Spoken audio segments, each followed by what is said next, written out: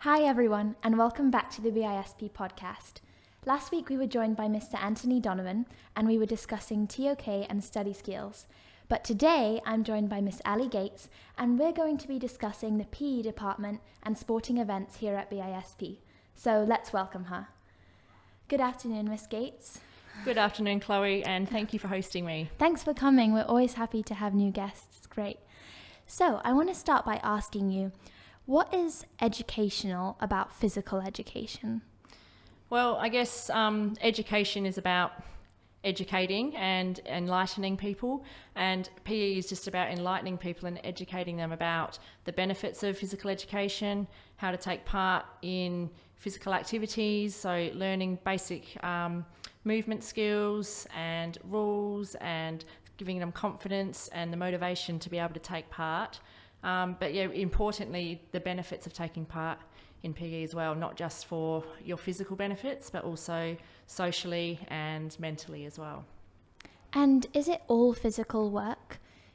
Mainly in the lower year levels, it's very practically based, and we try and embed the knowledge and understanding into practical activities, so they're learning by doing.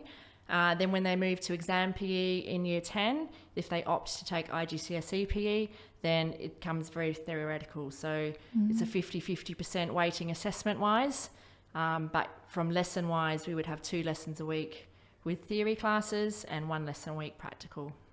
And what do those lessons consist of in the theory side? So the syllabus is very, very broad over a year and a half of delivering. We cover anatomy and physiology, we cover psychology, we cover moral and ethical issues, sports injuries. We look at the process of actually learning and acquiring new skills. So what's happening with the brain, the different stages of learning from cognitive, associative, through to the autonomous. So it's a very, very broad look on health and PE. We look at what health is, the importance of health, and how it benefits us for a lifelong learning and lifelong life. We also look at, it's very, very broad. There's a lot of content. It's very interesting, and it really opens a lot of students' eyes up to a lot of the different pathways that you can take in PE. It's not just being a coach or a player or a performer, but there's nutritionists, there's sports psychologists, there's trainers, there's a lot of sports medicine, there's so many avenues, media, technology, lots and lots of things that people can branch off into now in the sporting industry. So very, very broad, and I know it's inspired a lot of our students who've been here in the past to take off into different avenues in their future. Yeah, so it really opens a lot of doors, PE. It's not just the physical side, but really a theoretical side as well. Yeah, and does PE help students flourish in their other parts of learning? Absolutely. I think for everything else, PE, it's so visual. So you can actually see the learning process. You can see the development of skills, from first learning a new skill in that cognitive stage where you're having to think about everything, breaking things down into its subroutines, and then as you progress to be able to become more autonomous, and eventually, obviously, everything you just do naturally without thinking. So you can see that process of making lots and lots of mistakes initially is part of that learning process before you're able to perform it, very well every time. And I think teaching that to students, they can then see that learning process is applied in other subjects. It's okay to make mistakes. Mistakes are part of that learning process. I think it teaches a lot of resilience, because, when you're trying to learn something new, it is hard. But then if you stick at it and you practice, you see the progress, and you can see that from lesson to lesson with a lot of things, particularly with the younger students. So I think very, very quickly it teaches them that with hard work and practice, you make progress and you get better, and you don't expect to get it right the first time, but you need to do it lots of times to be able to get it right and to be able to get it consistently right. So teaching that resilience, teaching that sort of growth mindset of, okay, I can't do it yet, but I will be able to do it if I keep at it. Yeah, and it's a very valuable lesson to be resilient, because we can apply that to our years beyond the school program. And would you say that by physical education, PE, being so physical, and we can see the changes and the improvements, that can really encourage us to try new things? Yeah, I think absolutely. I think it's so motivating when you see the progress that you're making, and because it is so visible in PE, I think definitely it can really motivate them to want to try new things. Part of the thing that we're doing is trying to push comfort zones and encourage students to take risks and try things that they think they maybe can't do or are not able to do. And when you see them take that leap of faith and that plunge into having a go and then having success, just the amazing experience of them feeling so proud of themselves and you being able to witness that is a real privilege. I see. And changing direction a little bit, I'd like to know what you think we mean by physical literacy. What does that mean? So physical literacy to me is for someone who's physically literate. They have the motivation, the confidence, the knowledge and the skills to be able to take part in physical activity. So it's those 4 key areas really, and that's what we try to encourage all the way through the school, is make students confident, give them the motivation, give them the skills and give them the knowledge so that they can go out and take on physical challenges now and then continue that process all the way through for the rest of their lives. I like that word, motivation, and also confidence, because that's really important in all areas of learning, isn't it? Yeah, absolutely. If students don't feel safe or if they feel vulnerable and they're not confident in themselves, then they're not going to be wanting to take those risks and try new things. And in PE, sometimes there's an element of danger or there's a perceived risk in some activities that students really need to be confident and feel supported. And once they get that confidence, it then feeds into the motivation. So if you're confident, you can become more motivated. If you're more motivated, you're going to be more ready to learn because you're going to put the time and effort in that's required to deepen your knowledge and advance and progress your skills. So they're 4 very interrelated areas that without one, the other doesn't really work. So it's really important to focus on all 4. Definitely. I think PE can have a really good influence over all areas of school and life. Moving on to our context and setting, we live on an island, so are there any particular benefits of taking part in PE and living on Phuket?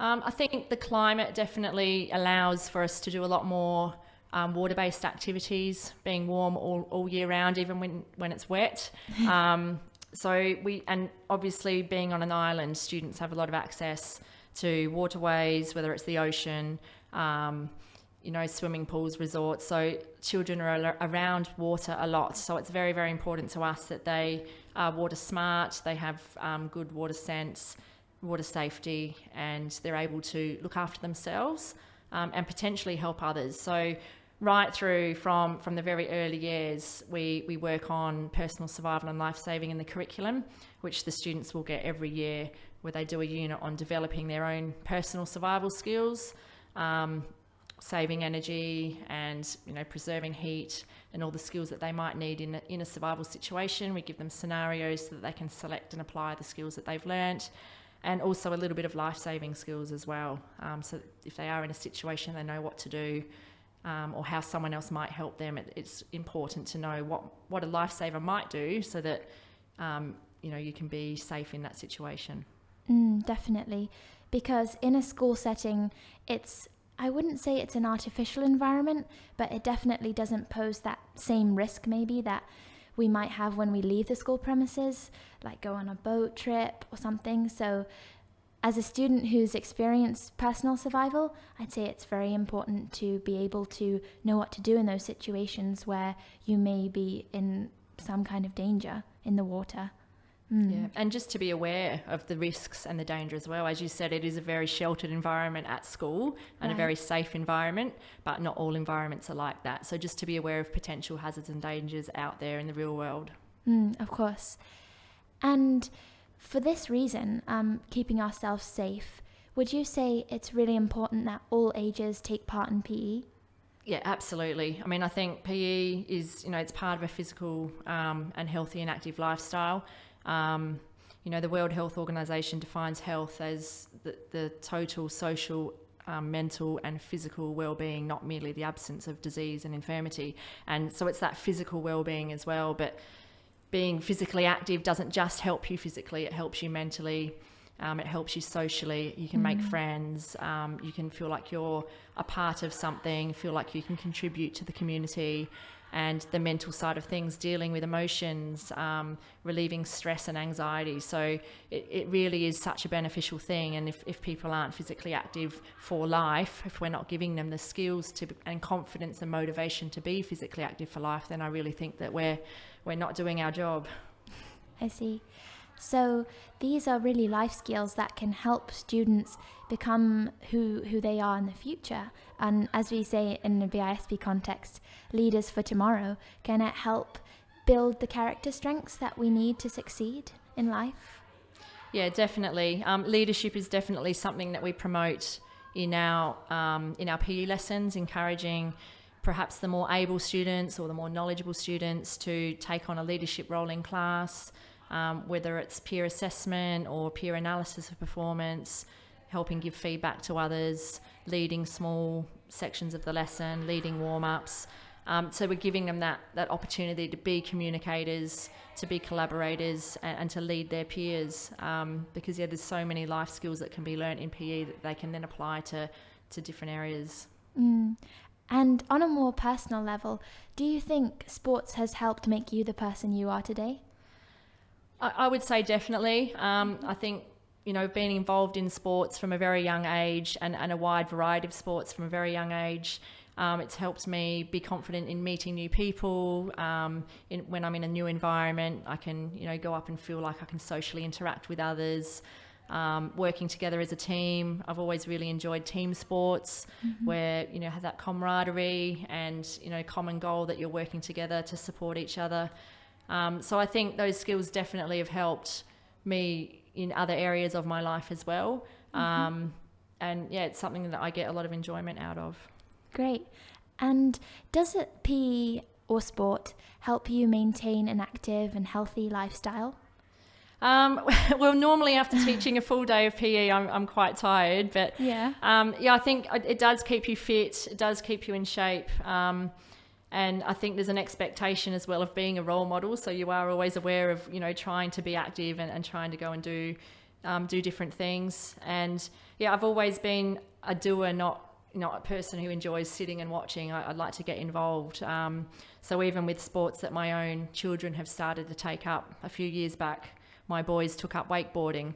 And rather than sit at the wake park and watch them for a couple of hours, I thought I'd start learning as well. So I learned how to wakeboard, and I made lots and lots of mistakes, and it was really great for me to able to show my children, to model for them the lifelong learning, and you never fully stop learning. You always have that opportunity to learn a new skill, and to go through the whole process of the cognitive stage where I was having to think about absolutely everything seemed to be happening at once, and I'd end up on my backside and it wasn't all working, and then stepping through to be able to get to the level of being able to actually perform it and feeling like you had more time and being more relaxed and not giving up. So it was lots and lots and lots of fails, but showing that resilience and that perseverance to not give up, and then eventually having success. And for me, it was a great achievement for me personally, but I also saw it as a great opportunity to model that for my own children, to show that perseverance and resilience and not give up when you don't at first succeed. Thanks, that's a wonderful example. And I think, if I may say, you're constantly talking about these cognitive stages and stages of learning and the resilience, and to show that in your personal life, does that put things back into perspective when you're experiencing that beginner phase again? Absolutely. I think it's something that all teachers should do, is learn something new, because I think it really helps remind you of what it's like for a learner who's learning a new skill for the very first time. It can give you a lot of empathy and understanding it, and just remember that those frustrations and what it's like when you haven't done something before and you're having to think about absolutely everything.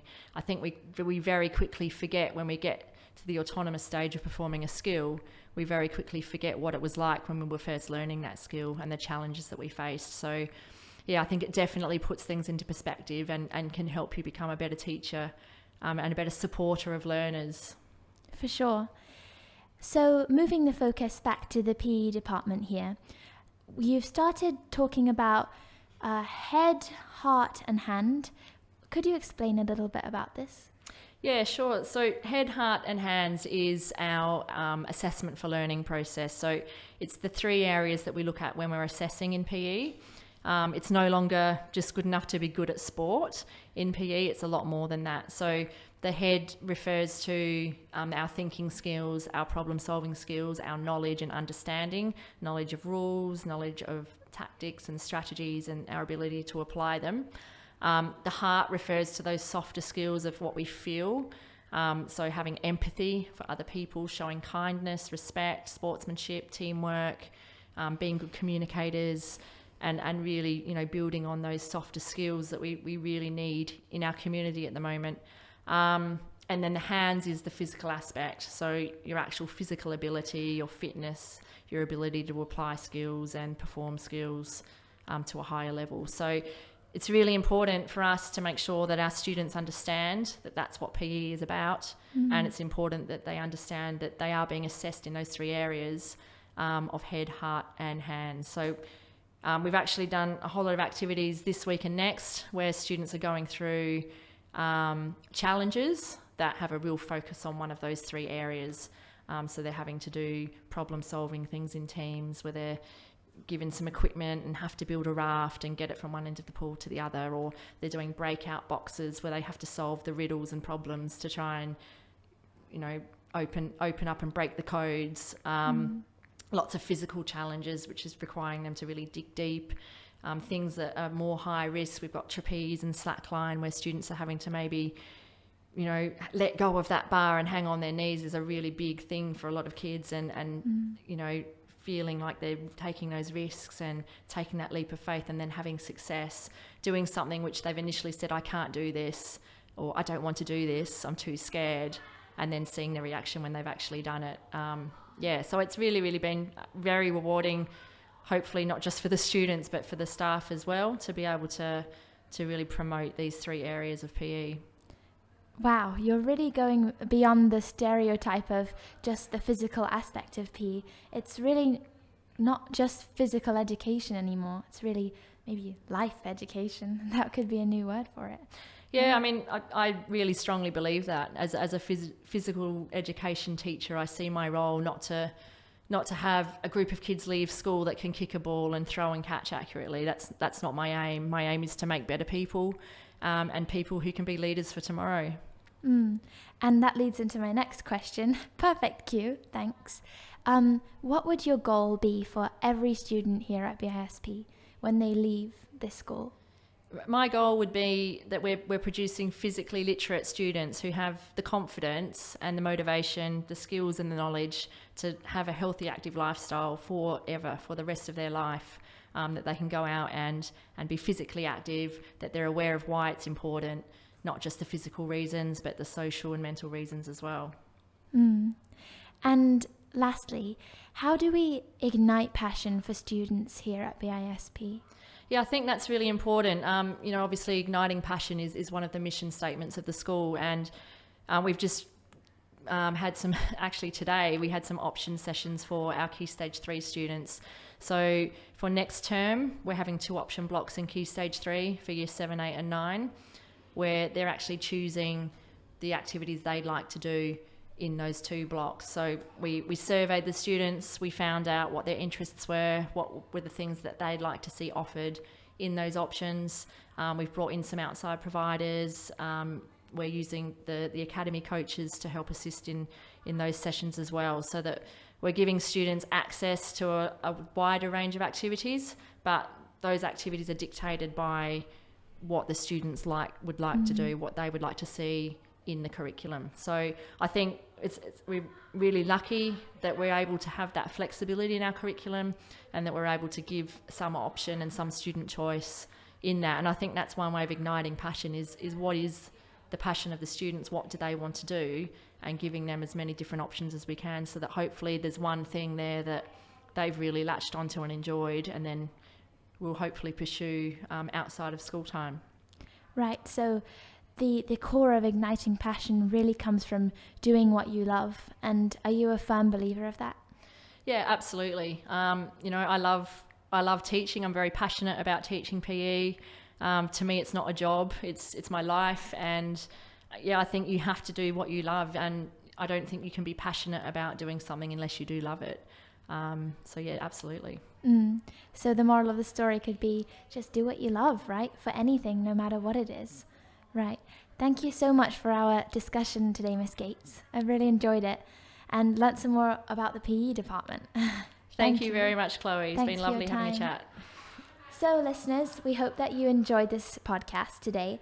And remember that PE is not all just about the physical manifestations, but also the mental and the empathy. So when you're outside of your classes, remember that it's the head, the heart, and the hand. We'll see you next time. Thanks for joining us.